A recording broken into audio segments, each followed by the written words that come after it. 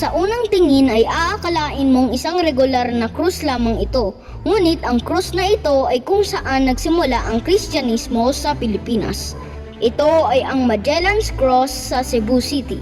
Nang dumating si Ferdinand Magellan noong 1521, si Raha Humabon ang hari ng Cebu at tumigit kumulang 800 sa kanyang mga tagasunod ay nagawa nitong maibaling sa Kristyanismo.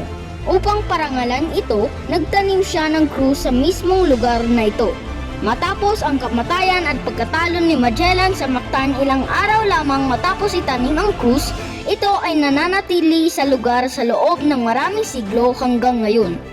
At sa kabila ng kaibahan sa kalapit na Mactan Shrine na nagdiriwang ng tagumpay ni Lapu-Lapu laban kay Magellan, ito ay isang paalala na sa kabila ng mga taon ng tunggalian, ang ating kasaysayan ay maaaring pairalin ng walang anumang suliranin.